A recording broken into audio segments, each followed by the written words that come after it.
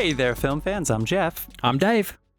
And I'm John, and welcome back to The Love of Cinema, a pod in which we'll challenge one another to discuss movies both new and old with a strictly positive critical eye. That's right. And to keep us positive, to avoid lazy negativity, we've decided to make this episode a drinking game. So anytime we say anything negative at all about this film, about each other, about how this film features the first depiction of female orgasm to pass the British censors. And it's also the first time Dave's heard a female orgasm. You can hear the sound. That sound means we're taking a drink, and we hope you drink along with us. Oh, Hey, premature is not a failure. It's good time management, buddy. Cheers. Pour yourselves a glass, pop this movie on, and enjoy the extended version of that one scene from Hereditary. Honestly. Cheers. Pre-show shot. That's right. Oh, I picked the good whiskey this week. All right, that's right, people. We are talking about 1965's Repulsion. This is Roman Polanski's first film in the English language, his second feature film, and he admitted he did this because he wanted to do something commercial so that they would fund his passion project, Cul-de-sac, which would come out the next year, then Fearless Vampire Killers, and then Rosemary's Baby. We've talked about Chinatown and The Tenant on the show before. If you aren't a fan of Roman Polanski's personal life, I understand. But he's made a lot of good films, and it's a really pivotal film here in 1965. We're going to talk about it. It was voted one of the most dangerous films of all time as well. So this is a renter, right? I think we all rented this one right now. No, I watched it on Tubi. Tubi. Oh, yeah, it is free on Tubi with ads. Not anymore. Okay, sweet. It left on Friday. Well, there you go. Oh, fun. 1965 is a good year. If you're new to the show, we're going to give you the context, what was going on in 1965, a couple other films that came out that year, a couple other fun facts so you can see why this was such a pivotal film. It did kind of come out in peak French New Wave, too, so you'll hear a couple other titles not in the English language that helped inspire. I just started the Mr. Scorsese documentary. Guess what? Hey-o. Their movies came at the end of the 60s, early 70s, so these movies around 1965 were really pivotal for all of those, your Spielbergs, your De Palmas, your Coppolas, your Lucases. They were all watching these movies, so stick around for that conversation. Got a lot of things that we're going to talk about at the end of the show. No mini reviews, meaning we didn't see any new movies, but don't worry, guys, nobody did. This was the worst October at the movies in over 25 years. So yeah, You know what? Here's a testament. Here's a testament to how not great it was. And this, I think, I want to swallow this a little bit. There are movies out there that I wanted to see that I still have not seen. I still have not seen The Smashing Machine. Yeah. I still have not seen. I kind of do want to see Eternity, the movie that just came out with Elizabeth Olsen, and Miles Teller, and Colin, what's his name? I'll go see that. There's another serious movie that came out 2 weeks ago that is like an Oscar, like a serious movie, and I didn't go see it either. Do you know what I'm thinking of? After The Smashing Machine, a weekend after that, like 2 weekends ago. Well, you didn't see Black Phone 2, I don't think. I didn't see Black Phone 2. It was another it Begonia, drama. Yorgosh's film? Yeah. Yes. This past weekend, 2 weekends ago, right? Or Yeah. This is the second week. Yeah, For us, I think so it there are expanded this movies past weekend. that we should be going to see, but I did not go to see it. You know what I did see? What? Which it might be a testament to the movies. I went and saw Back to the Future because this is its 40th anniversary. Yeah. anniversary, and it was incredible. It was so much fun. You know, it still holds up. The Atmos mix was awesome. Holy crap. So I did not go see movies that maybe I should have seen, but a lot of people went to go see a re-release of a 1985 classic. Yeah, and Demon Hunter came out just for Halloween for some, anyway, because Halloween was on a Friday this year, which is terrible for movies. Nobody in movies wants Halloween to be on a Friday. Even the scary movies didn't get people out. My parents saw Springsteen Deliver Me from Evil. Wow, that's the other one. Thank you. Deliver Me from Nowhere. Sorry. That was the other one I was talking about. Springsteen Deliver Me from Jeremy Allen White. What exactly is Springsteen into? Jeff, why have you not seen it? Your boy from Jersey. You love The Boss. Why haven't you gone yet? I'm curious. Well, Angela's working on a film, and so she gets, anyway, her schedule's crazy right now with doing a lot of early mornings and late nights, and I'm trying to be a supportive partner, be around. But you do want to go see it in theaters, of course right? I want to see it. Yeah, of course. I'm very curious. But my parents loved it. They're big Springsteen fans, of course, but my parents really, really, really, really loved it. The reviews are up and down, good. I guess. We need to go. But I think it's going to be great. Okay. Awesome. Couple other points of business. We have been to 1965 once before as a bit of our setup. Do you guys remember what we saw the last time we talked about 1965? And I don't think it was part of the Random Year Generator series, but I could be wrong. What did we see last time we went to 1965? Didn't we do for a few dollars more? Yes, that is 100% correct. That was, I think, the only time, according to my notes, that we have been in 1965. So if you love the year 1965 for whatever reason, you want to get more content about that, oh, shit. Oh, thanks. Turn that off. Jeff is just breaking everything here. Turn this all off. I think my buzzer is doing the opposite on my phone of what it's doing on the screen. Yeah. Anyway, my drink thing is off on my phone and it's on the. We have a YouTube. People, you should check it out. Dave keeps it tidy. And we got a vote on the movie. Oh, fucking, we have to set our sponsors up. God, we have so much to do in so little time. Let's shout our sponsors out. Then we'll tell the people whether or not we liked this movie. This is our new. Let's vote first, and then we'll talk about it. How about that? And then we'll talk exactly. So we'll do sponsors. We'll vote. And then we're going to hold that up on our screen. And not until we get to our featured conversation in a little bit will we defend our positions. So, John, let's shout our sponsors out so we can get cooking. Let's do it. Carlos Barroso makes beer. Barroso.beer is the handle on Instagram. It's in our show notes. Go there, follow all of his beer making shenanigans. Carlos, send me brews. Send them FedEx across the country. I want more Carlos beer. It's been years since I've had it, and I always love drinking it. We should pick him up in like road trip and shoot an indie film as we cross America. Oh my God, we should. God, you really should. Honestly, you should totally do that. That would be hilarious. I'll just be on a FaceTime. We'll make our own easy rider. Yeah. Oh, that would be fun. We have a music artist in residence named Dasein, Dasein. They provide all the music for this episode, every single episode. Their music is available on all the usual music platforms. You can go to the links in the show notes or just go to your favorite music platform, type in Dasein, and you will find the tunes you are looking for. Dasein, thank you. Amazing. Okay. All right, Dave, you want to set our vote up? Sure. Okay. There's not much to set up. You just push a button. Five options. Fucking tragic. Not for me. It was okay. Great. Gold star. All right. Go ahead and do a countdown for us. Okay. 3, 2, 1. Hit your button. Yes. Oh, this is so much fun. We have a great spread. Wait, Dave, is that what fucking tragic looks like? That's what fucking tragic looks like. Dave said fucking tragic. Dave hated it. I loved it. Gold star. Dave, why are you doing this just because you knew John would love this kind of movie? No. Okay, great. Okay, just curious. This is fantastic. Dude, and Jeff gave it a great. This took me so long to watch, they took it off Tubi. All right, well, part of me is going to hold you accountable to that because you watched something with fucking advertisements, which was probably... That was also a mistake, yeah. It probably gave you too much time to be like, do I like multiple this? Jobs, rent the movie. It was an hour and a half. The movie's an hour and a half. It was a breeze. Was it an hour and a half? Maybe it was a little more. Whatever, who cares? I could afford it. I'm just cheap.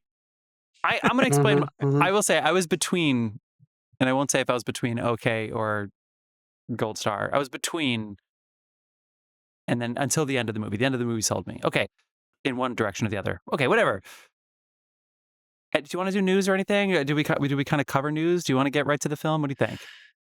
There's a lot of big stuff. Yeah. Dave, why don't you kick it off? A little bit of a gripe, actually. Okay, we got a gripe. Back to the gripes. I'm going to start the timer. Go ahead. So I saw this job advertisement for a cinematographer, and I thought, well, I'm a cinematographer. I'll click on it. It's just, it's on LinkedIn. You don't usually get the good ones on LinkedIn, but I clicked on it, and it was cinematographer, and they were offering a semi-decent pay. It wasn't good, but it was decent, and but it was for an AI company to train to shoot things and train their AI. Yeah. Mm-hmm. And I was like, what the fuck? Yeah. Like they're offering, now they're just advertising cinematographer, but you're training AI to eventually replace yourself. Basically. Guys, we have got to stand up and say no. Yeah. That whole daily episode today on Amazon replacing 500,000 workers. Guillermo del Toro ended his... he showed Frankenstein this past weekend at the cinema, at the Chinese cinema. And he ended his Q&A by saying, repeat after me, fuck AI. And the whole crowd screamed it in unison with him. Catchphrase. Yeah. I mean, we have got to stand up or else that is going to happen. it's going to happen. They're going to make these things for cheaper. It is cheaper than us. It's faster than us. People don't care if things are good anymore. Like, we're the only ones that can say no. Like, we have to say no. The people will just say yes. They won't really care. Yeah. I don't think they're going to really give a shit. They won't know. We can only think 1 week in advance. So it's like, take SNAP benefits away, for instance, and it's like, oh, I can feed myself and my family. I know you guys guys $25,000 right now, or $2,500. I mean, and then they don't realize that they're never going to work again.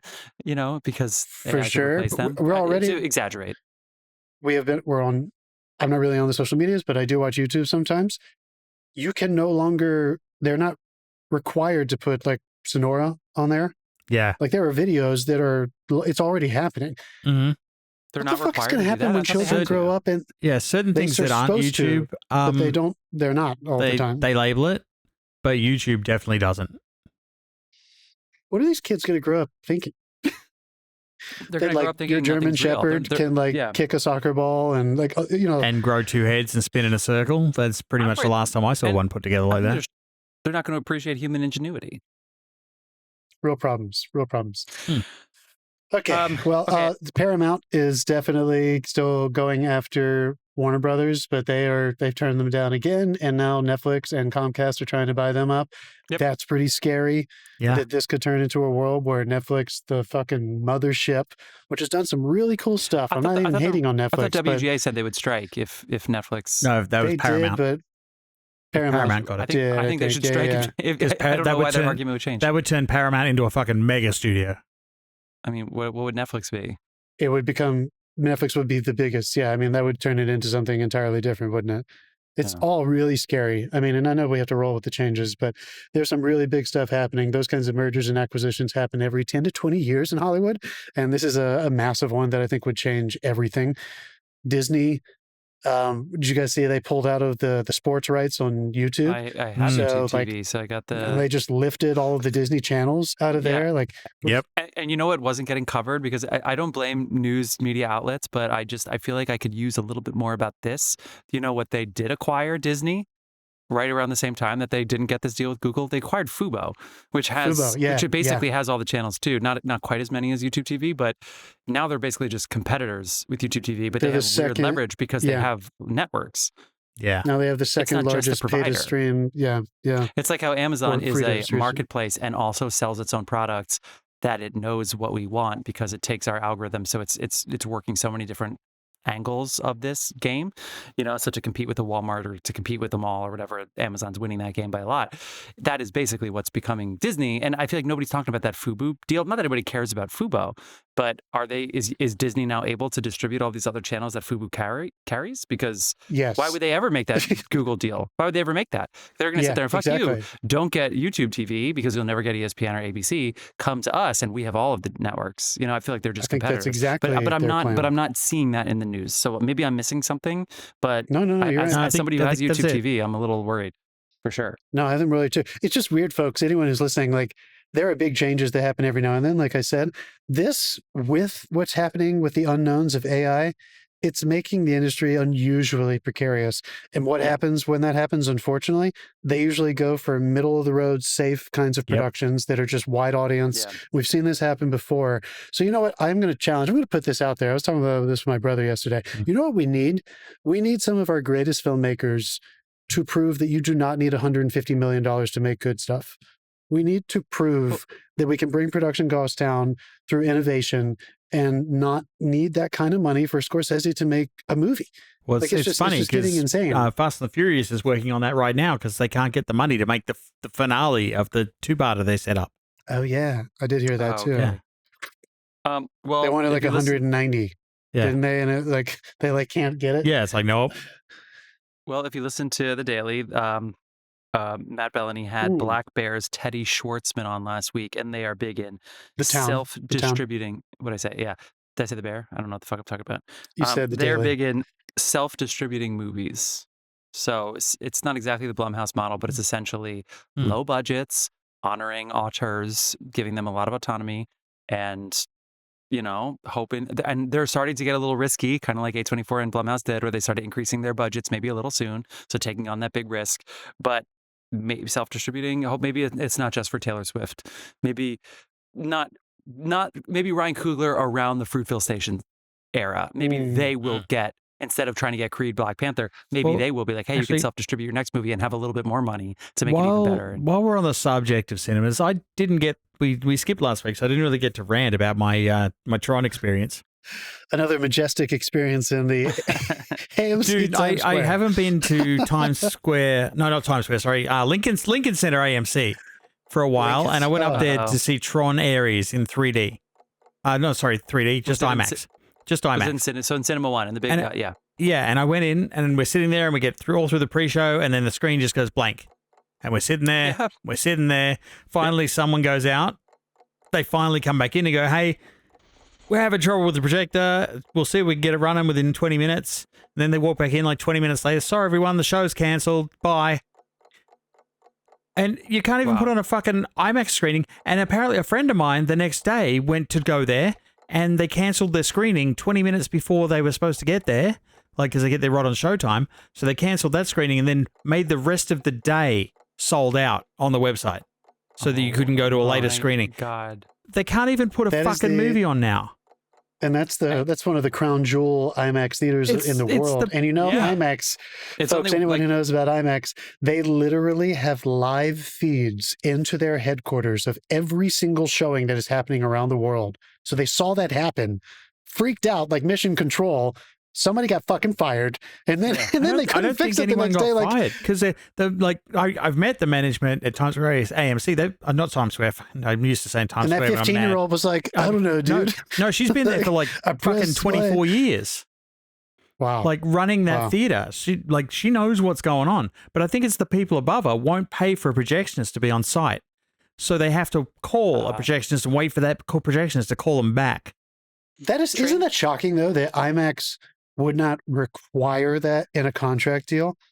It is too precious. Because they're one of only like 10 that are capable of doing certain formats of IMAX, like Sinners, like the 70 mil formats, that can come out with a certain perforation and everything. Most of that is film. It was the digital projector that fucked out. Yeah, which is and crazy. That's the second time it's happened to me in a screening in that theater. Well, I'm surprised too, because when I saw the Trinity sequence get fucked during Oppenheimer, when it went blank, it was just the 70 millimeter projector that went out. They had it in laser, but I'm surprised they didn't have some kind of backup for you. Yeah. Wow. Literally during the Trinity sequence, all of a sudden it went blank, and they were like, "We're gonna finish in laser." Dave, did you get your money back? They did offer everyone money back, but I was on A-list. I just got up and stormed out. Where they don't lose money. Sure. Oh, I mean, the movies do, though, so I'm sure Tron, it's okay. They didn't need the money. Well, that's the thing. They would have fucking. They didn't just lose that one screening. They made the screenings for the rest of the day sold out. Yeah, that's because they couldn't get the projector fixed. I mean, that thing went kaboom. Yeah, that thing died for sure. Like Trinity sequence. Right, I have a 30-second grab. I want to do mine in 30 seconds. Okay, here we go. Do it. Go ahead. In honor of that New York City Marathon, I was watching something in a TV show. Okay. I ran track in high school. I'm a bit of a runner, but never do I just stop and start stretching in the middle of my run. I'm so sick of seeing this in TV shows and movies. These people just in the middle of the run, they get into frame and then they're just like, and then they start stretching. No, maybe if I'm at a traffic light, but never am I just like in the park and then I'm just like, stretch the hammy. No, it's so annoying. It happens so much in movies. Even people doing marathons for 3 hours don't stop to stretch. They fucking run. That's my 30-second gripe. You got to run through it, right? Isn't that the... I'm loose. I'm nimble. Like, what happened? I'm not doing sprints. Like, what are you talking about? Like, I heard it was a photo finish. Yeah. Oh my God, it's hundredths of a second after over 2 hours. Do the math on the percentage there. Yeah. How crazy? And I heard this is total New York Times Daily, but I heard the guy playing Fedor in the Wicked production ran a marathon on a Sunday morning before he had to do 2 back-to-back shows on Sunday. He did. I think it's insane.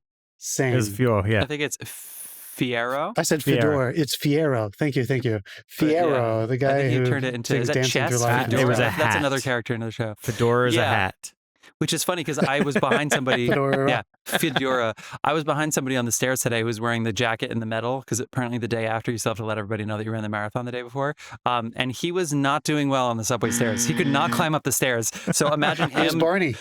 Imagine him doing fucking Wicked. Oh, I can't imagine. Honestly, I would have been worried for his co-stars. I would have been like, he's going to, because in the As Long As Your Mind song, him and Elphaba are like on their knees. If I'm Elphaba, I'm like, he's not going to be able to get up.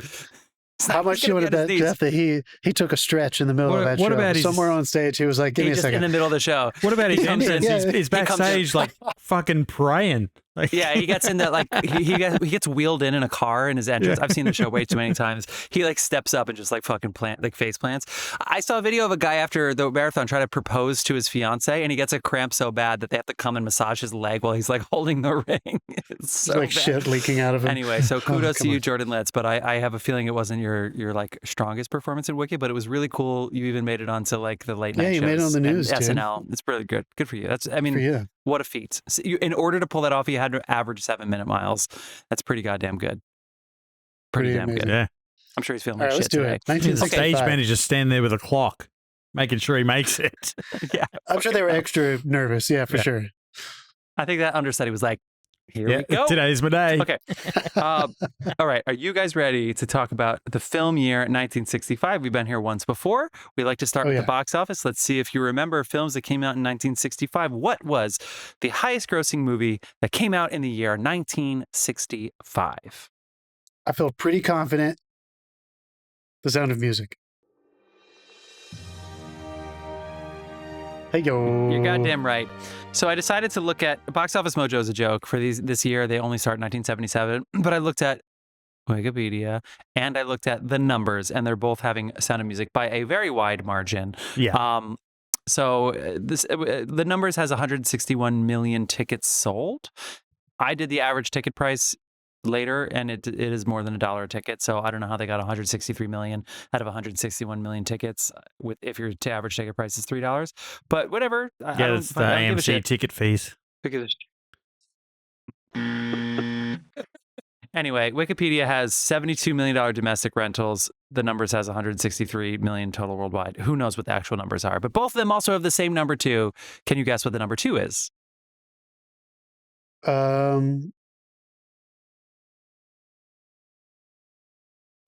Nope. John, I would say your family knows this film. Dr. Zhivago? Yes, Dr. Zhivago came in at number 2 in both categories. Sound of Music saved 20th Century Fox in many ways. It would go on to become pretty quickly the highest grossing film ever at the box office, surpassing Hello, Gone with the Wind from 1939. But yeah, basically saved 20th Century Fox, who had a couple rough years leading up to this. Dr. Zhivago was an MGM film, and number 3, Thunderball, was also an MGM film. So they were doing just fine over at MGM. But Thunderball, actually, you know what's really funny is the distributor was MGM. But if you look on Wikipedia, it says United Artists Eon, who I believe made the film. So there's a little bit of split. Was the Thunderball one that was a Bond film, right? Yeah. Yeah, that was the one they made because they were pissed off at them or something, and they tried to something weird because Casino Royale was the year before. Because there was one that was a total hate project. Goldfinger was the year before. Goldfinger was the year before, so they did 2 in a row. That's the one where they throw Blofeld into the nuclear reactor chimney at the start of the film. I don't think I've seen Thunderball. That's pretty fun. Yeah, because there was a total spy project. That's pretty fun. Well, friends, you're gonna have to look that up. Goldfinger came out in 64. I don't know if it was that or something. Pretty quickly. Someone on YouTube will correct me within minutes. Yeah, I hope so. I hope so. Number 4, Those Magnificent Men in Their Flying Machines comes in at number 4 for 20th Century Fox. And then number 5 is The Great Race.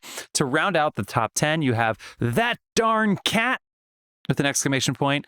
Cat Ballou comes in at number 7. What's New Pussycat? Number 8. Number 9, Shenandoah. And number 10, Von Ryan's Express. I specifically looked at the Wikipedias there, but the only difference with the numbers is That Darn Cat and The Great Race are switched according to those 2 distributors. So I think that's all pretty much fair play to you. The Greatest Story Ever Told, which came in there. Oh, it actually didn't make the list. It came in at number 12. Was the story of Jesus Christ. Yeah, that's because it had a 5-hour runtime. Or was that 64? I have it at 65. Okay. Maybe it did its premiere in New York City in 64, but it was such a flop. It started in 64, ran for like 3 months.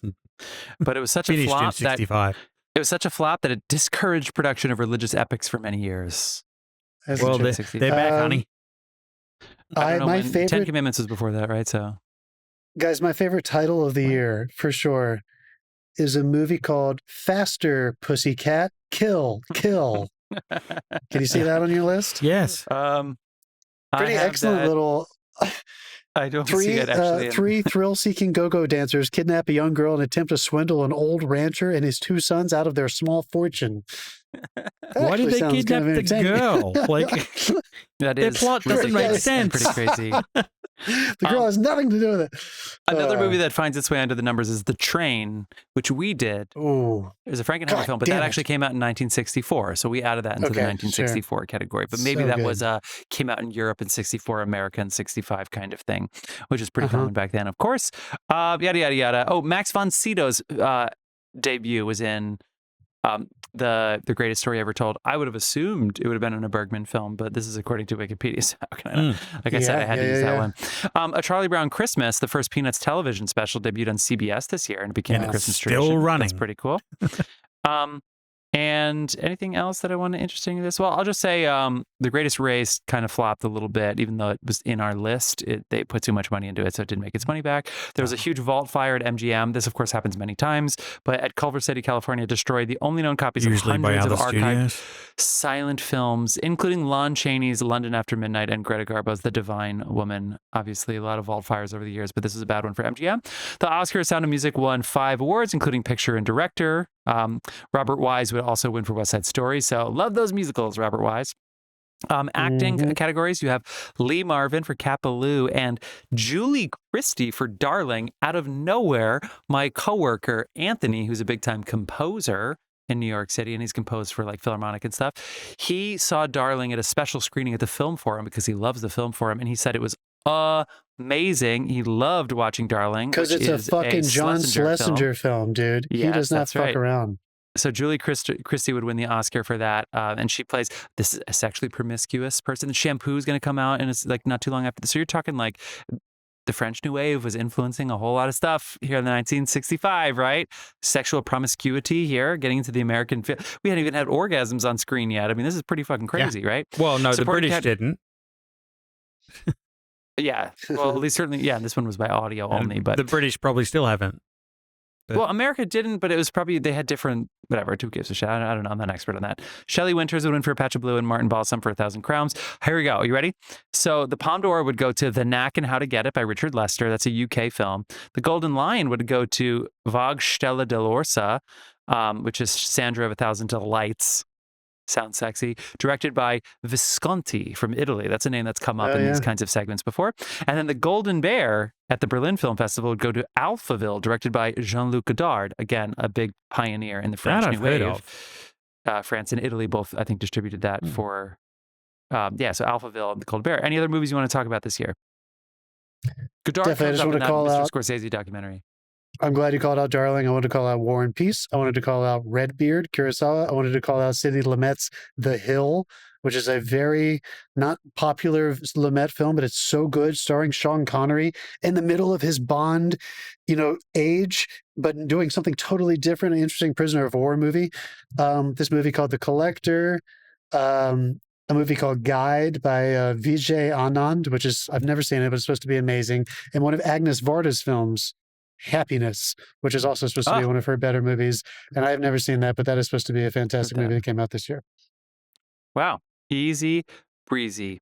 Also, Help came out this year, which is a Beatles film. Oh, the Beatles movie, yeah. Funny enough, so this is directed by Richard Lester. Also, good year for Richard Lester. I want to look up the cinematographer really quick. Our cinematographer for our movie we'll talk about in a second, but he did A Hard Day's Night in 1964. So the two Beatles films in back-to-back years. We're going to talk more, though, about Gilbert's, whatever the fuck, Gilbert Taylor in a second. So when we talk about our hyphenated? Fuck, I hit mine. Shit, I hit my buzzer. Damn. My buzzers are switched. They can't fucking see. Fuck everybody. I can't see my stream deck's all fucked up. Yes, it is. So is mine. Well, the listeners are having a good time. Okay, here we go. I'm going to go quickly through 1965. Lyndon B. Johnson is sworn in for the first term as the full president. And you know what he decided to do? Put the first 3,500 Marines in Vietnam. And by the end of the year, we had 184,000 people in Vietnam. So what a good first year. Thank you, Lyndon B. Johnson. Really appreciate that. Yeah.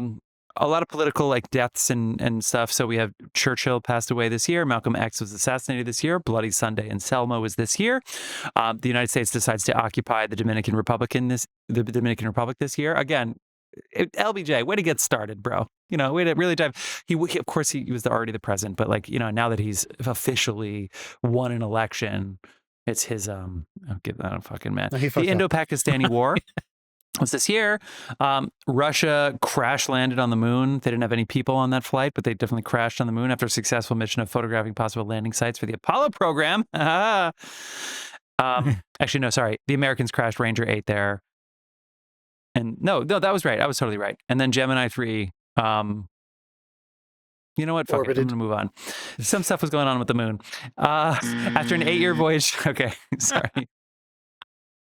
At any point in the 60s, yeah, you could probably just say that sentence. After an 8-month voyage to Mars, the Mariner 4 spacecraft took close-up photographs of the red planet. And Robert Sagan had a gigantic erection. Carl Sagan. Yeah. I don't know what you just said, but that's yeah. I can't wait to listen to the playback on that.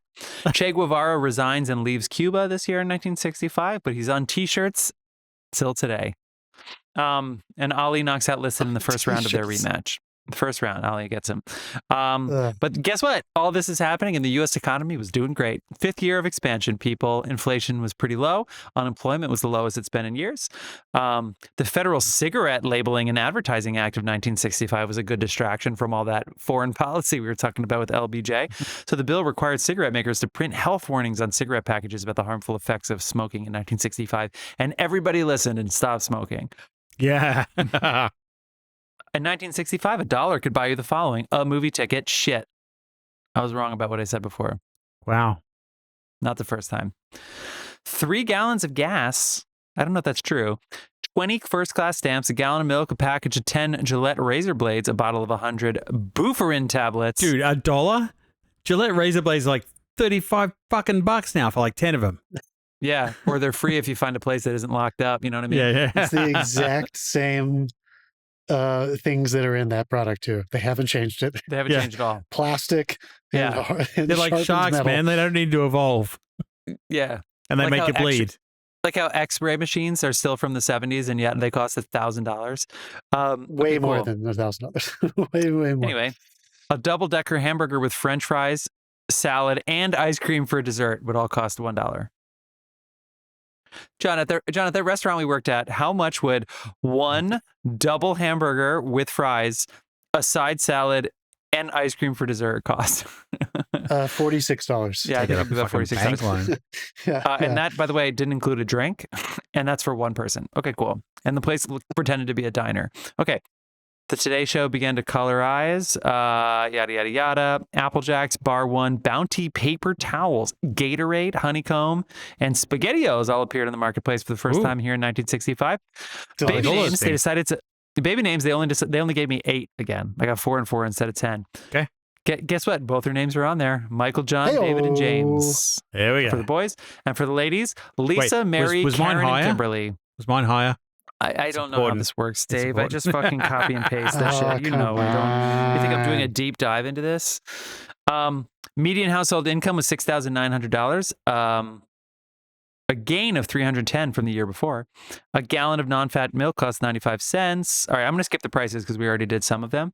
The average cost of a new home was $21,000, which was up. Damn. Americans paid an average of $2,600 for a new car, up from the year before. The average monthly rent was $118. Your car was more than your house? Is that what you just said? No. 26 versus 21,000 for a house, okay. 2,600 for a new car. Gallon gas was 31 cents. First class stamp was 5 cents. And the federal minimum wage was $1.25. $1.25. That's not great, but you know, not great at all. But with it, you could buy a burger with fries and a salad and an ice cream for dessert. But no for drink. 1 hour. Dave, by the way, I think I will confidently say my name was higher on the list because the Beatles were a thing. You know, right? Fuck you. Right? They were the thing then. Jeff, there was a little piece of legislation that came out this year that they're actively trying to overturn right now. Did you mention it? No. The Voting Rights Act. Damn. Of 1965. Yep. All those shitty things that LBJ did with fucking Vietnam. This was one of the great things he did for progressive legislation, and they are actively trying to overturn pieces of it right now. Jesus. But hey, fucking in 1965, Christ. though, you could get Star-Kissed solid tuna fish sticks at 3 7-ounce cans for $1. I feel like I want to buzz you just for bringing that up. Cans? Wait. Cans of fish sticks? Is that what you said? Please enunciate. Or is it just chicken of the sea, Star-Kissed tuna in a can? Yeah. Oh yeah, that. For everyone listening at home, he's saying fish sticks, not fish sticks. I don't even think it was fish sticks. I think it's just fucking chicken of the sea. I don't want to see any fish sticks, that's for sure. Okay. Hey, they are still killing it. Let's give it up for Star-Kissed. How much did that cost? 3 cans for $1. 3 7-ounce It's not that much more expensive. Yeah, they haven't inflated too much. They're the Arizona iced tea of fucking canned foods. Thank you for not raising your prices. Yeah. You could also get some ground chuck beef for 59 cents a pound, which is pretty good. Or splurge for some sirloin steak beef for 85 cents a pound. Actually, that's pretty good. I feel like that upcharge is exponential now. Oh, and I love this. 3 pounds of banana for 29 cents is good. But how about this? You can get a 3-pound bag of onions for 10 cents. Okay, 10 cents is cheap. But how are you going to go through 3 pounds of onions? What are you doing to your children's breath is going to fucking stink. You put them all those burgers you're selling for $1. 3-pound bags of fucking onions. I get 1 onion. It lasts me a week with 10 different recipes because I want to try to. Wait, was one of the onions? Was borscht in the top 10 of food? I actually didn't see borscht. That's a good explain it. Borscht. But guess what? Campbell's soup. Beets. Campbell's soup. You can get 6 cans of soup for $1. No wonder they just all they needed was a can opener and a fucking hot plate, and you got yourself pretty cheap meal for your family there. Come on. Okay, last but not two things. Top 5 TV shows. Can you guys name one show in the top 5 1965? Bonanza. Dick Van Dyke. Oh my God, Dave fucking nailed it. Yeah, John, you were wrong. Dave nailed it. Bonanza is number 1 on NBC 65. How about that? Awesome. Number 2, Gomer Pyle, USMC. Number 3, The Lucy Show. Excellent. Number 4, The Red Skelton Show. Wow. And number 5, we can all praise Adam Wee. Batman. It's the number 5 most popular show on ABC, which you can't get on YouTube TV right now. Yeah, can't get anywhere. ABC. And last but not least, your top 5 cool food and beverage trends for the year. Are you ready? Dear God. Damn it, yes. I need a goddamn drum roll. I guess that's on me. Dave, I will make you a drum roll for next week.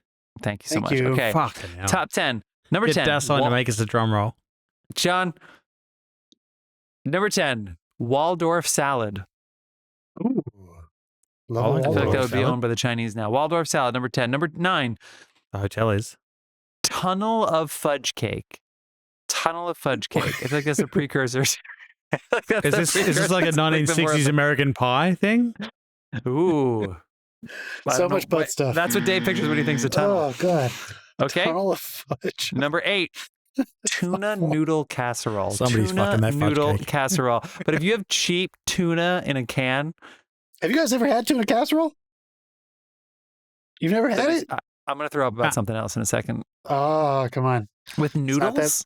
I know it's weird, but it's a tuna. It's good. I don't like tuna. I know. Well, there you go. You would not like it. I like tuna steak. Actual tuna looks like my cat food. I forgot you hate tuna salad. I forgot you're weird about tuna that doesn't come in the form of a steak. I forgot about that. Tuna's weird. Not for me. The tuna's the weird thing. Yeah. Get the fuck do out laugh of here. at You don't what like a tuna melt? You don't like a tuna melt sandwich? I don't like a tuna melt. All right. Oh, wait. All right. No. Number 7. Team, Teem. It's a lemon and lime flavored soft drink. Number 7, Team. Number 6, SpaghettiOs. Excellent. SpaghettiOs number 6. Fantastic. It's not tomato sauce, but I like it. I feel like it was a top 10 food and beverage trend for me every single year growing up, for sure. I ate the shit out of that stuff when I was growing up. How about this? But did you also eat, number 5, a lobster Newburg? Did you eat a lot of those or what? What is that? I have no idea. I'm looking that up now. I don't even know what that is. Now that we just went through some of those, we got the lemon and lime flavored drinks and with the onions. How about a Lipton onion soup dip? A Lipton onion soup dip comes in there at number 4. You put that in sour cream and it's fucking delicious. It is delicious. Okay. Yeah, I've had that. Number 3, gelatin molds. Sounds like the precursor to Jell-O. Sure.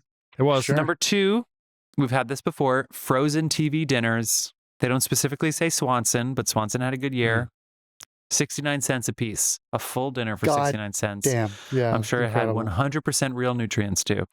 And number 1, our number 1 favorite food and beverage trend.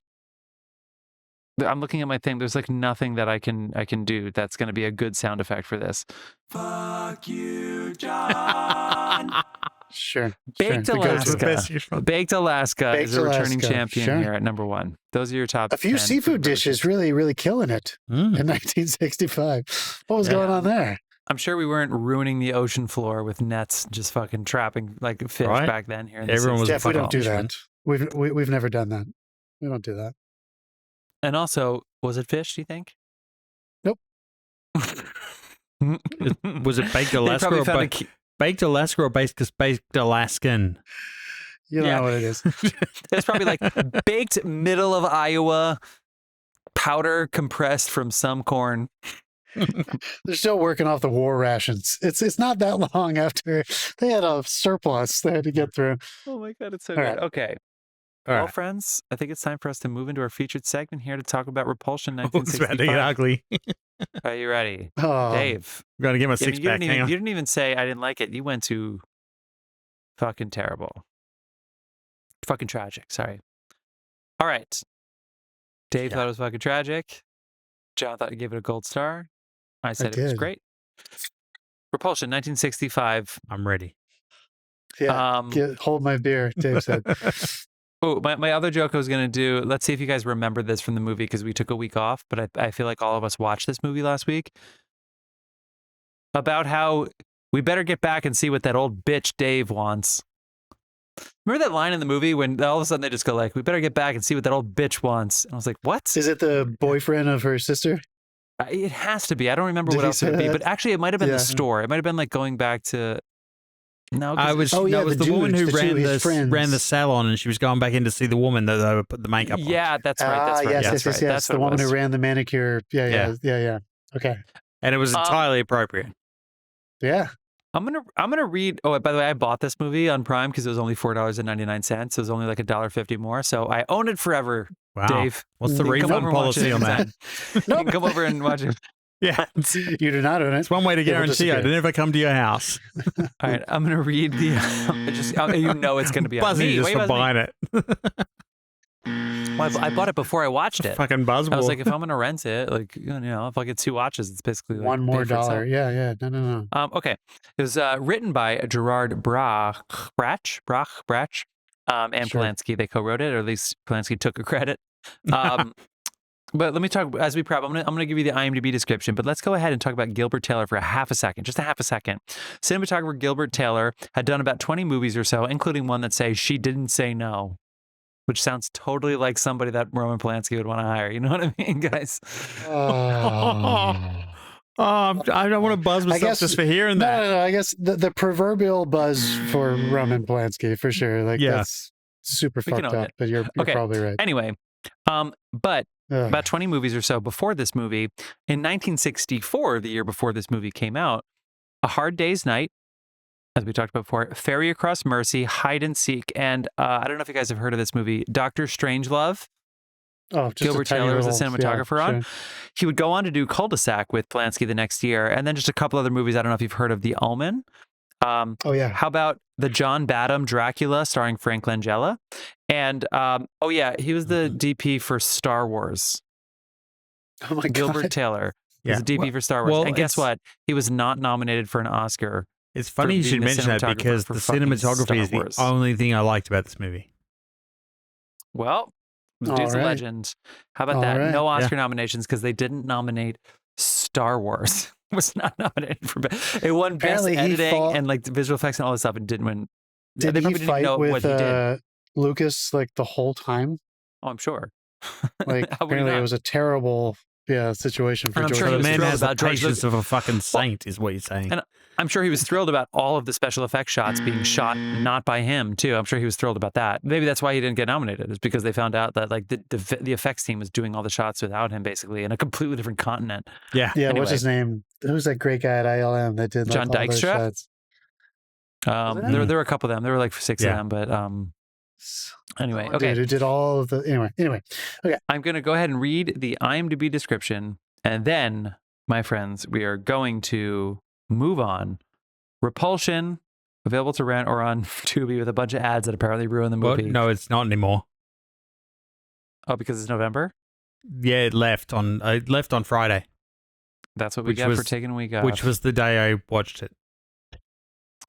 Oh, that's fun. So you did watch the end, though, right? Yes. You made it to the end? Okay. I made it to the end All right. IMDb description. because I commit to the bit.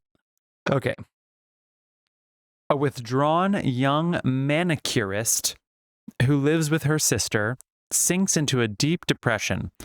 When her sister leaves for a vacation, she begins to hallucinate, which quickly devolves into homicidal mania. What'd you think? What'd you feel around the horn?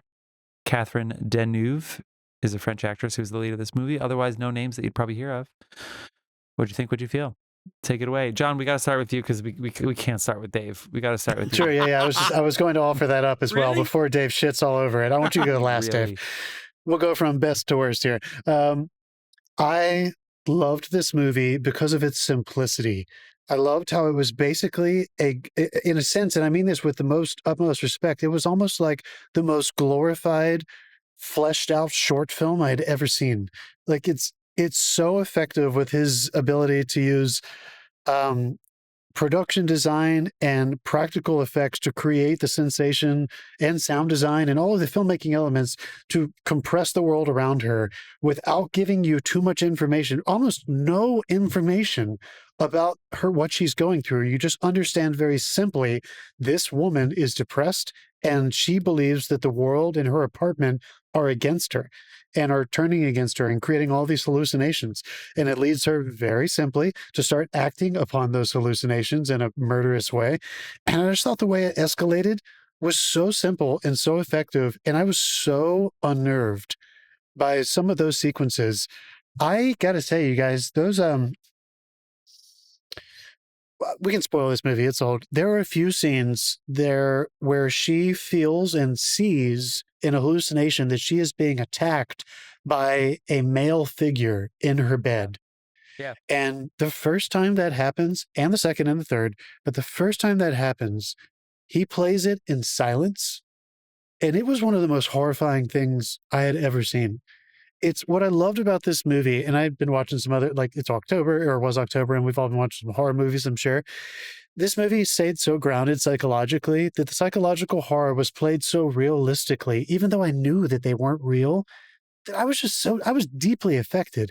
And like I said, the escalation with the production design, what happened to the apartment, the inventive ways that he used that tiny, tiny, tiny space to make it feel like it was both suffocating and it was her entire world. I was just so affected by it. I just thought the simplicity was remarkable. And I thought he really etched it out in a very effective way. I had not been this bothered by a movie in a long time. Ooh. And I don't get scared and disturbed very easily. This one bothered me. So it really worked for me. Jeff? Me? Okay. I definitely slow, definitely great, but it's I was between okay for a while because I will say I did read the description as I was buying it. And so I was like homicidal media depression. And so part of me, I feel like I was fighting with myself about being a contemporary viewer watching this because of like, was he exploiting the depressive, like, is this a depressive person? She obviously has social issues. She's, afraid to talk to people and she has a lot of anxieties and then all of a sudden she becomes homicidal. And so I was like, for some reason, some of those things just like took me a second to sort of sink into.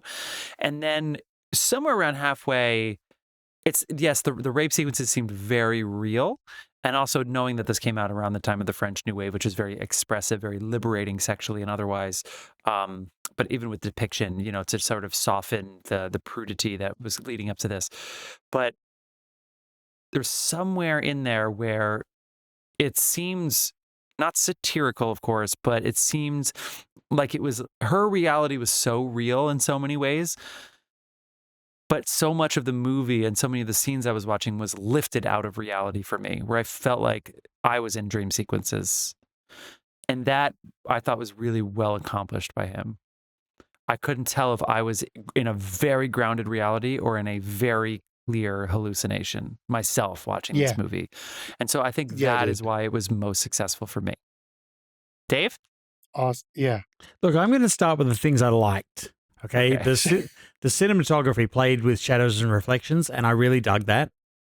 And I would I feel like I'd love to see a remake of this that uses VFX a little bit to play into what the cinematography kind of leads you into, it hints at, so they could take the camera a little further with a CG environment.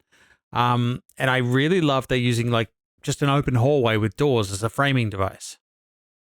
Like that, what John was saying, it was simplicity. It was here's a hallway. The person is coming from here to here to here, but we follow them, and it uses the doorways and the hallway as a framing device. That was brilliant for me.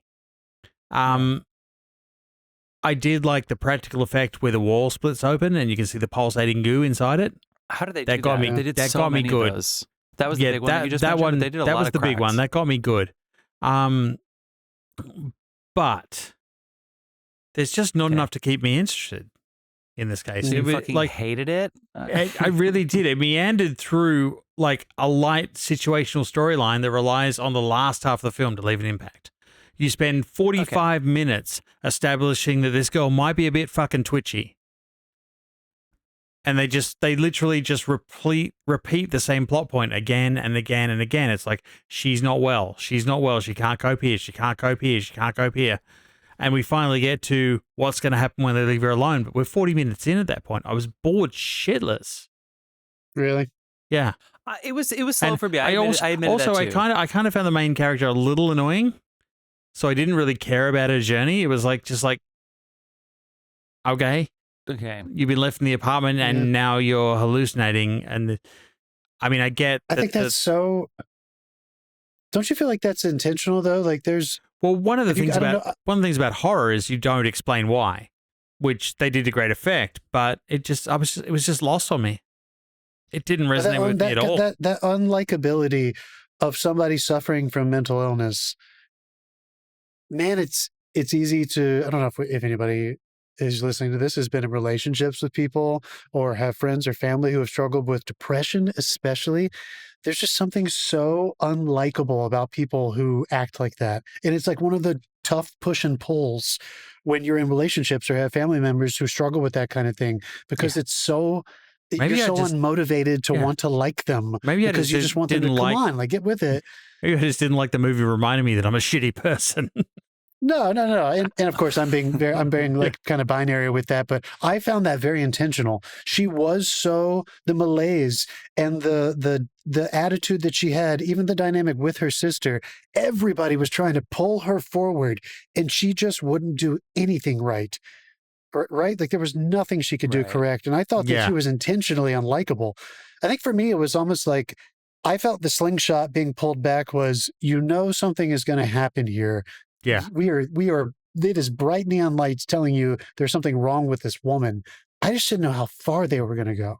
And I was just so blown away by how far they went in such an effective and different, weird, practical way.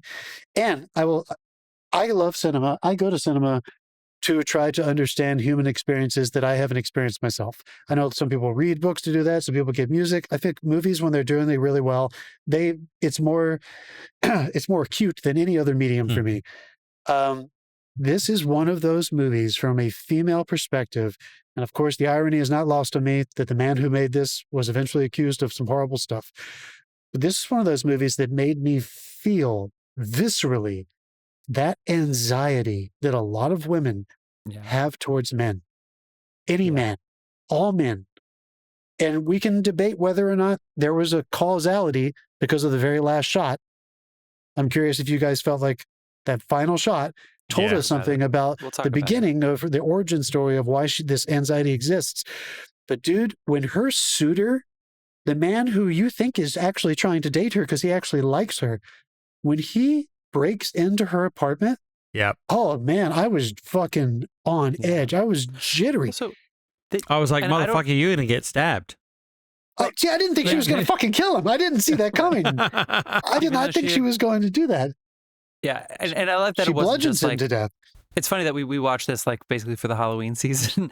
I don't know. We didn't choose it as a Halloween movie, but it's not like she was just like she became psychotic, like Smile or something, and just like. But it did have a similar effect where she seemed to almost have to desensitize herself. I totally validate everything both of you are saying, especially Dave. I know you're especially because it's depression, so you don't want to just sit there and be like she was unlikable and she was depressed. I know that's a tricky place to be, but I do validate what you're saying because it also there is a director, there is a writer, so it's not just like it's just subject that we're talking about here. But also, like John was right when he said about, like I said, I have a note here that says this could have been a short.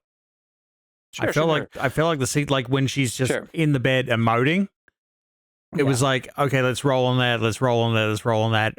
We got the point a minute ago. Right. Move on. And like, you don't have to show every piece of exposition in the film. Like, we know they're leaving. You don't have to show them walk out on the street and load their luggage in the car, get in the car, and drive off. That could be a sound effect. I know what you mean. I kind of didn't mind it though, because we needed to get a couple rear window effects where she's like, we needed to see the environment outside. It was one of the only excuses to get her to look out the window. I think there's a couple reasons that worked for me. I think the thing that eventually worked for me, and I worried that it was going to be too on the nose, but it worked well, is that basically all of the things she was fearing in herself to the nth degree, to a 7 or 8 or 9 degree, her sister was experiencing in this relationship. So yes, it wasn't quite. I'm not going to say it was rape. Of course, it wasn't that per se, but she was being taken advantage of. She was being psychologically, abused or manipulated by this guy. And I mean, think about this.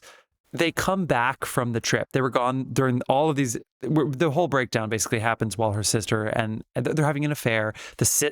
Our main character is getting yelled at by the wife of her sister's lover, and then the sister's the first one to enter the apartment after like a 2-week, whatever, however long that was, a week, 2 weeks. Apparently, it was a weekend. It was a very long weekend. She sees the apartment and screams. And what does the guy do when he comes back in? He starts to smack the shit out of her. Yeah. And this is an apartment with literally like blood on the walls and it's been destroyed and just completely decrepit. And rather than sit there and be like, what's wrong? He just comes and just fucking smacks her. Something hysterical. Yeah. It's like, so again, it's obviously what she is seeing is a more extreme version of that, meaning our main character. But it's in a weird way, it's kind of like, well, I understand why she's a little trepidatious about all these things. I understand why she walks home. And anyways, there were certain things like that started to draw me in. It took me a while. It did take me a while, Dave. But then, because I was like, actually, she's pretty good at her job. She's a pretty good manicurist. Apparently, manicurists back then just mummify people.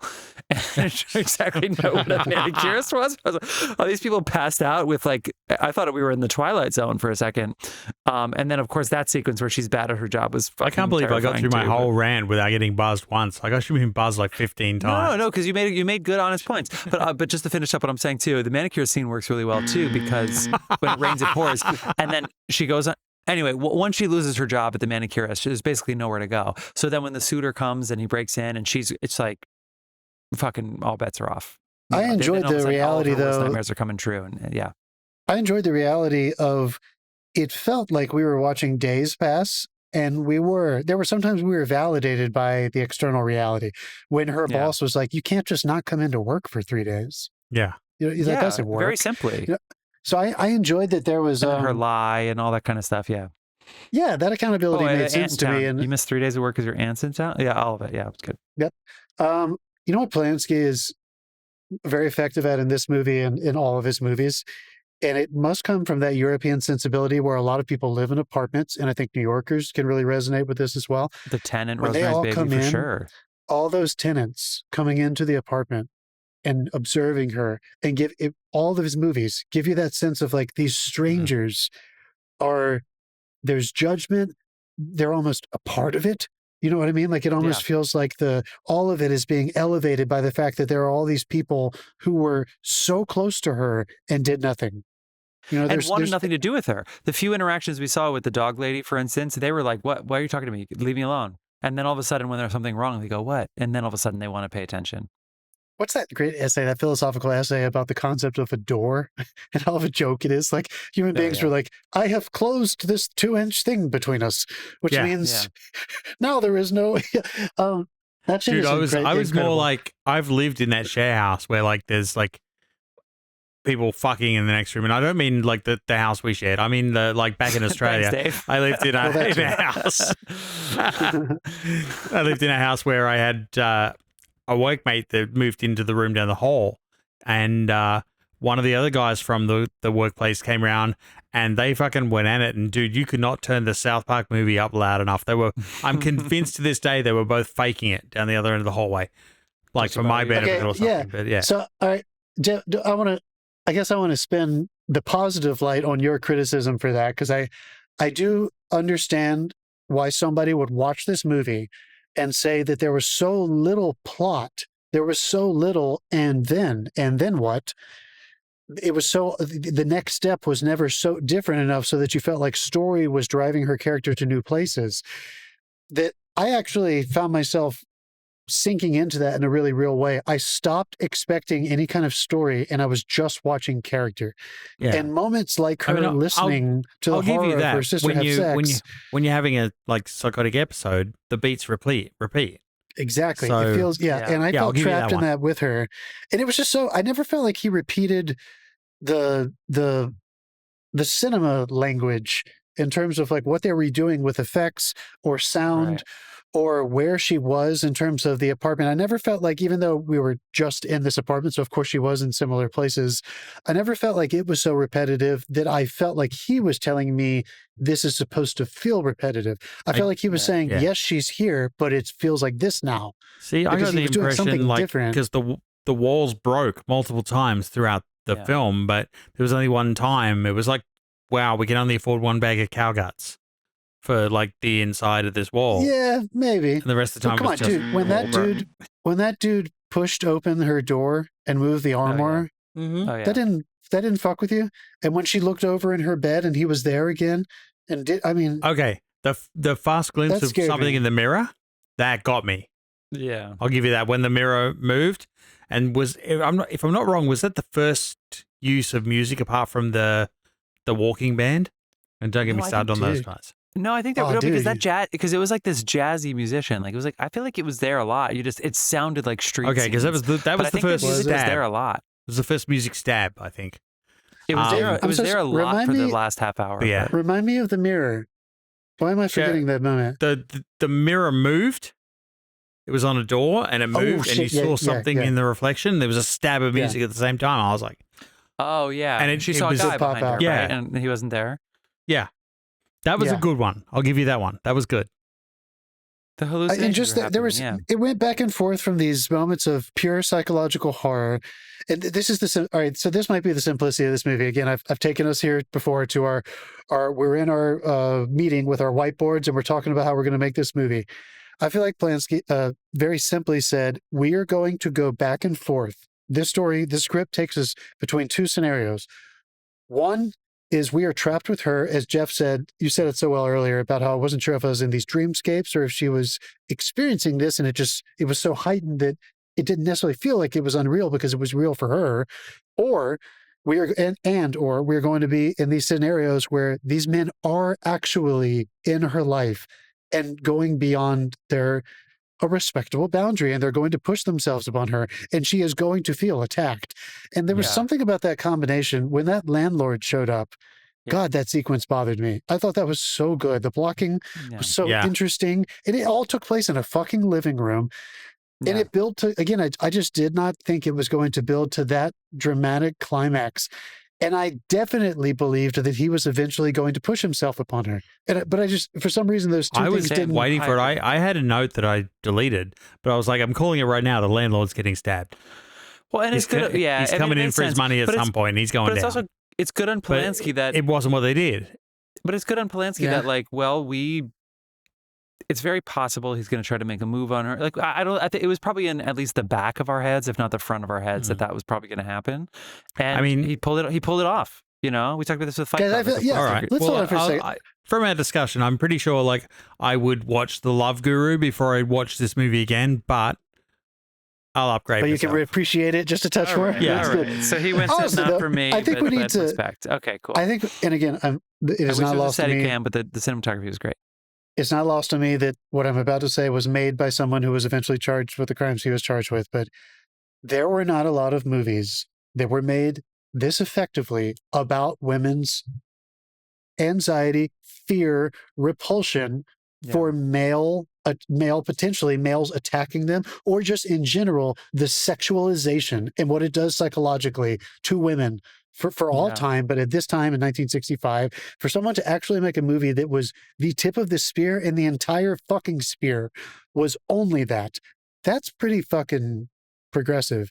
And to put it in genre, Dave, you sent me a link the other day for this AFI directing seminar that's going to be taught on communicating themes and ideas in genre. And I feel like this is a perfect example. He took a psychological horror film and put one issue at the center of it, something that I bet a lot of men went to the cinema when they saw this and were not anticipating and had never thought about before, and hopefully had never been that bothered about before. All right, so I got to ask you guys, did the very last shot enrich the viewing experience for you, or did you feel like it was too indicative of a causality for why she feels this way towards men? I had to look up what it meant. I didn't Jeff, get what did it. you think? I did not get it at all. This is the close up on her, or like when she's being carried away. The photo. This is the photo. Of the her final as a child. image of her it's of her as a child. Her whole family is in the photo. And the first time they show you the photo, they show it more than once. First time they show you the photo, she's in the background. So like her sister is in the front, parents are in the front. I think it looks like there's some other family members. Yeah, and she's in the back and she looks kind of morose. Yeah, she like looks sad. The very last shot of this movie pushes in, and there are two highlights on her and what looks like her father. And you realize they push in far enough and they don't even look at the father. They go past him, but there's a highlight around him. And you come in so close and you realize that little girl is looking at her father with fear. Yeah. He's not looking back at her. She's terrified of him. Yeah. And that for me, I was like, again, it might have been a little indicative, but I was like, ew. She was doomed. Yep. She was fucking doomed from the start. I mean, once I had it explained to me, I got it, but I didn't get it when I was watching it. But do you think it is that literal? Like that is what it meant, right? Yeah. Yeah. Okay, I think so too. I think it's John Mayer's "Father, be good to your daughters," but not in a nice way. It's like, no, this is a tough world out there. But because again, this is during the sexual liberation age. But he probably met some people that were out living on the, because he lived in a lot of apartments, right? And he certainly had a thing with the Brits. Like, I don't think he loves the Brits. Definitely part of the them. apartment trilogy. Yeah, but I think that he probably met a lot of runaway. Like, think about the Beat Generation, right? There's a lot of people who ran away from home. Well, there's probably a lot of people that were like Jenny from Forrest Gump that ran away from home because they fucking had to. For sure, and that led to liberation. Yes, but like they probably had some deep dark pasts. So in this particular case, I also loved everybody coming together to take her out and make it seem like they're all being such good, generous people after basically ignoring her until this had happened. So for me, the last, I am with endings. It's like, I feel like if you need the ending to sell your movie, then it's not a good movie. But for what you're saying, John, it did enhance my viewing experience, even though I didn't catch that exact specific thing. I think that's a fun thing for the director to play with. Can someone explain to me I don't think why he needed the photo. Can someone explain to me why that guy walked into the living room and turned the light out and walked out? The old guy? Yeah, because I didn't get that. I'm like, he turned the light out and walked out. This is what I mean. I think directors get to do whatever they want, and this is them making a statement. Get it. This is for I don't people think they who saw want it. I want them to know this is what I want. I'm doing this as a director for them, but we didn't need that. I didn't need it either. I'm not saying it cheapened my viewing experience, and at the time, I bet it was like, oh my God, again, we've seen it so much now, and I'm not saying it's not important to say that message, but I bet at the time people had never even been like, oh my God, I cannot believe he put that on film. He just said what a lot of us know that we have never said out loud before. Men, women get abused in the household. That is, little girls get abused in the household. And that is something that he wanted to say. This is not just a general psychological fear. This fucking had a reason that she felt this way. So I do appreciate that he was trying to be so poignant. Dave, I feel like that guy turned off and on not to deconstruct this sequence, but when everybody came into that fucking house after her sister and her sister's boyfriend came back and the whole fucking apartment building started coming in. Yeah, everybody lived there all of a sudden. I felt like he turned on the light and turned it off because I don't think they knew that there was a dead guy in the room. I felt like it was all building to... Oh, no, I'm talking about that one guy that walks into the living room, looks around, then turns the light off. I don't think he saw the dead body. Do you think he saw it? I don't know. I don't know. I don't think he saw it because I feel like they were progressing toward the bathtub. Because we were all like, the only reason he would turn the... As we're explaining it, it sounds like he's like, she's dead, so let's just turn the light off on this issue and let's pretend it didn't happen. Absolutely, for sure. Yeah. For me, though, you guys, I wanted to ask you my the photograph question, but it does. I'm not saying were you surprised? How were you affected at all when they finally found her catatonic body under that bed? 100%. I was like, were you like, is she, oh my God? I was like, is she dead or what? I was, that really bothered me. She's certainly not coming back from that. Yeah. Yeah. Goodbye. Yeah. With the first 40 minutes of the film told me she wasn't coming back from that. Yeah. She's on her way. Yeah. She was on her way. Oh man. All right. Well, I feel like, I don't know. This was, you got me to change my vote. So, Is this the second or third most infamous dead rabbit after the Glenn Close Fatal Attraction, and then maybe the dead rabbits from nothing will top Glenn Close. Fucking dead rabbit just sitting out for this one was pretty gross though. And then it was just in her bag. Remember, it was just in her bag. She's getting fired. Like, come back tomorrow. Open her bag. A dead rabbit. She's like, okay, never come back here again. I'm so sorry. I loved the decomposing of it. I mean, I felt like Lynch when saw this movie and he was like, yes. Yeah, my whole career. It was surprising. I had the same thought. I'm like, wow, David Lynch saw this and went, my whole career is going to be this. Dead animals decomposing things. Yes. Oh my God, that's so cinematic. That Roman Polanski was fighting for a real dead rabbit on film, and nobody would let him to do it. Nobody would let him do it. Yeah, shocker. It looked I great. had some other facts and figures gross. to get into, but I think this conversation is finding its way to a natural conclusion there, so we can wind it down. But apparently the movie, don't look at something, the number, I forget which, one of the sites had this movie making nothing, but it made a couple $1 million. It helped get Cul-de-sac, and it certainly helped get Rosemary's Baby. So kudos to them. They made some goddamn good films, and I bet you the other directors that were coming up took note. So that's pretty damn cool. All right, so friends. I loved it. Repulsion. Right. Buy it for $4.99 right now. Okay, you ready to spin the wheel and see what we're going to talk about next time? Yeah, let's do it. Moving on. All right. You ready? Right, you want? We were pretty. I was pretty close last time. All right. I'm going to go old again. I'm thinking like 48. Oh, I hope you're right. I'm going to go 73. All right. Let's fire the button. Oh, Dave, you're doing it different this time. What is this? Oh, it's different. What is this? What the hell? Oh, it's so close. Oh my God, you're so close. Oh my God, it was so close. Wow, you're so close. You have to explain that to us off camera, how you did that effect. That was cool. Find us on YouTube, people. All right. We're not going to sit here and Google movies from 1949. Speak for yourself. Yeah, John's going to fuck up all these audio syncs by Googling stuff. We literally turn this now. off and he goes, here's what I think. And we're like, what? We're going to do what you've been watching, let you know what you've been. John, do you remember what you've been watching? You said you had some things I saw, but Dave goes first. So Dave, you get to go first. Let's do it. All right. Dude, I delved into horror. I went for it, man. I watched The Monkey, the Stephen King short story adaptation. And? I feel like it didn't know what it wanted to be. It was fun. It was funny. It was fun. It was like it was absolutely a horror comedy. But I don't know, it didn't really get there for me. I watched Weapons. Did you like it? Okay, I think I like Barbarians better. Barbarian was better, but Weapons was still definitely a good watch. And really cathartic, right? Yeah, it was like a modern day. It's like, it might be modern day and we've all got modern technology, but a witch can still come to town and fuck you up. Yeah. And that worked for me. And I've watched the first 2 episodes of Welcome to Derry. I saw that. Dave, I don't want to watch that at all. Is it any good? Oh my God, it captures the book perfectly. God, I just don't believe you. It is absolutely nuts. Like the first episode. All right. Yeah, I like the first episode. Yeah, it's like Game of Thrones, man. Don't get attached to cast members. Okay. Yeah. Wow. All right, we John. haven't seen Pennywise yet. We've seen incarnations of it, but it's like if you've read the book, you're sitting there and something happens, and you're like, okay, this is going to happen, and it does. Like they captured the tone of the book perfectly. Okay. And it deals with a lot of the interludes. Okay. All right, cool. Because it is set in the correct time period. Well, it's the movie time period, not the book time period. It's the book time period was the 50s and the 80s. And the movies set them in the 80s and contemporary time. Yeah. This deals with the 60s. Okay. So it's like right after that. All right. I watched. Sorry, Dave, were you done? Yeah.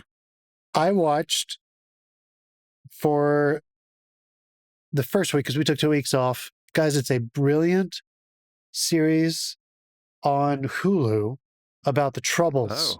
Ireland and England. Oh my God! IRA. Wait! I've been watching this. What is it called? Say Nothing. I've seen the first half of it. It's great. God, it's good. It's really good. My mom recommended it for me. If you're interested in that at all, Jeff, I know you and I watched a lot of those movies. Yeah, man.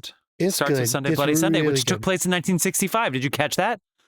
Yeah, I did. Cool. Actually. Yeah, I know the movie of the year. Anthony Boyle. Dude, he's such a good actor. Great. He pops up in everything, dude. He's so good. We met him. The women, everyone is so great. Wait, you and I met him? Yes.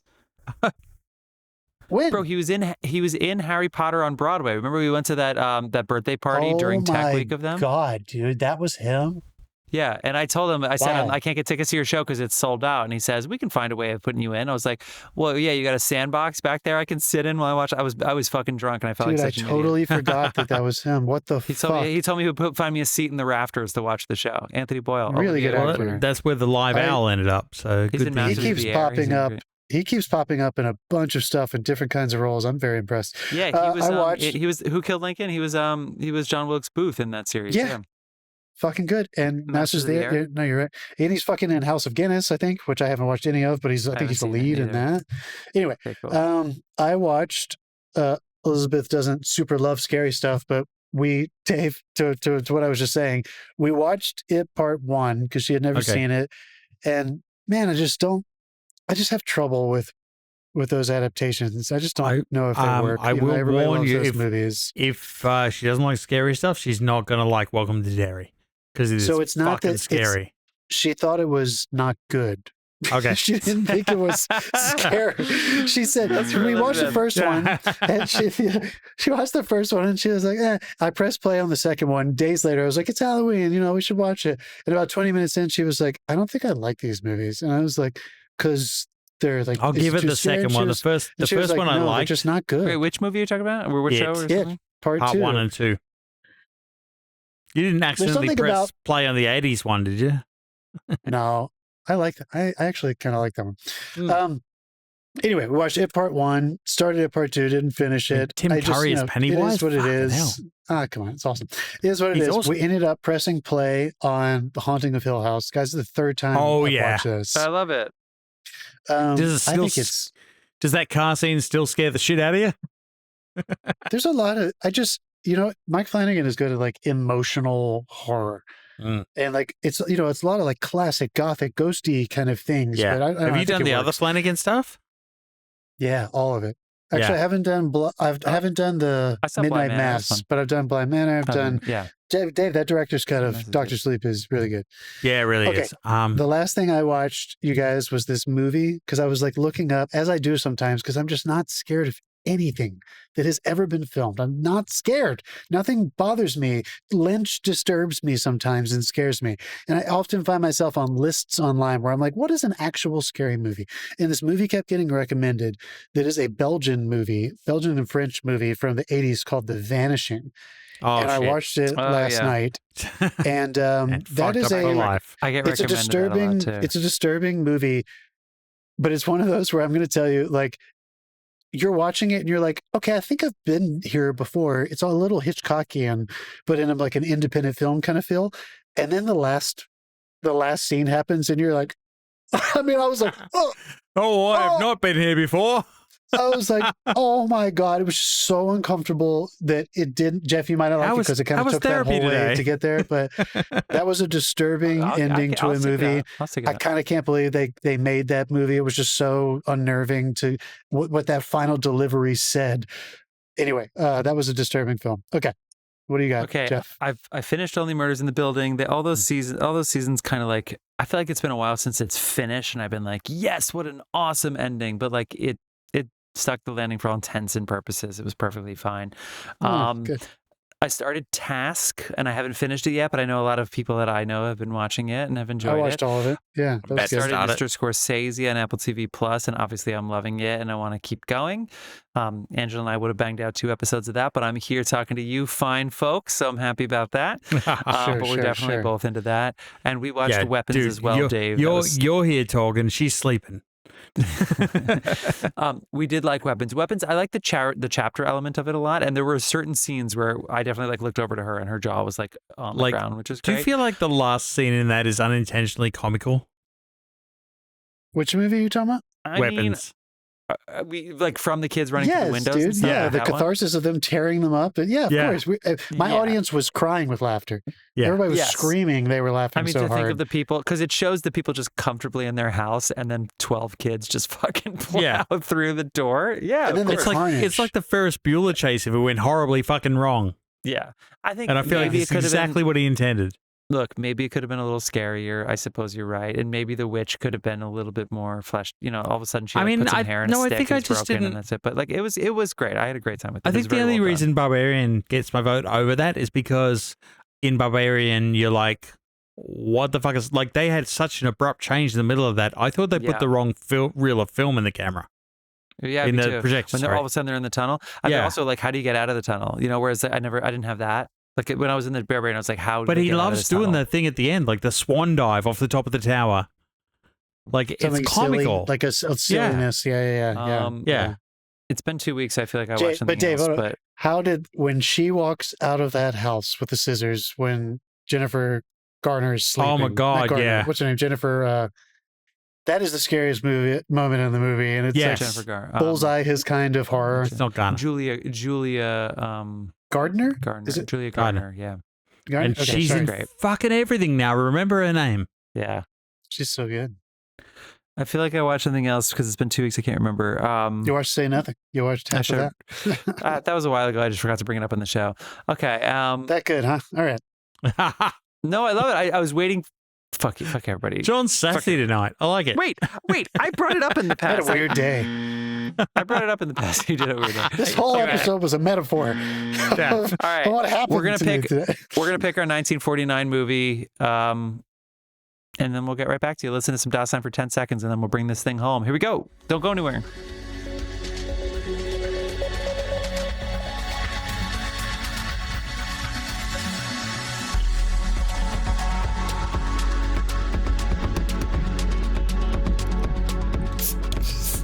That sounds fun. I love the poster too. It looks awesome. And we're back. Haha. I love doing a movie where we love the poster. John, look at that. Look at us. We should just sit there and say, like, we're doing this movie because we love the poster. No, I'm kidding. I bought the rights. Here before. Great poster. We've been here before. We did The Third Man last time, which is one of the best. I think it was voted the number 1 British film of all time by the British Film Institute. The Third Man. Check it out. Check out our previous episode. But we are going to go ahead and do White Heat. White? Why are you saying it like that? I don't know. I hate myself for it. I hate every single thing about the way I said that. But we're doing White Heat next week. I can't wait to talk to you all about it. Until next time, anything you two want to say before we go? No, we'll get some cool. I think there is an image in this movie, this is all I'm going to say, that has been on every single like Oscars reel, and I have never been able to find the movie that it was in. And it's him standing silhouetted in front of this giant fire. And I'm so excited because I think it might be this movie. Let's do it. All right. Until then, really long lead out. See you next week. Ta-ta. Fuck you. What a weird day.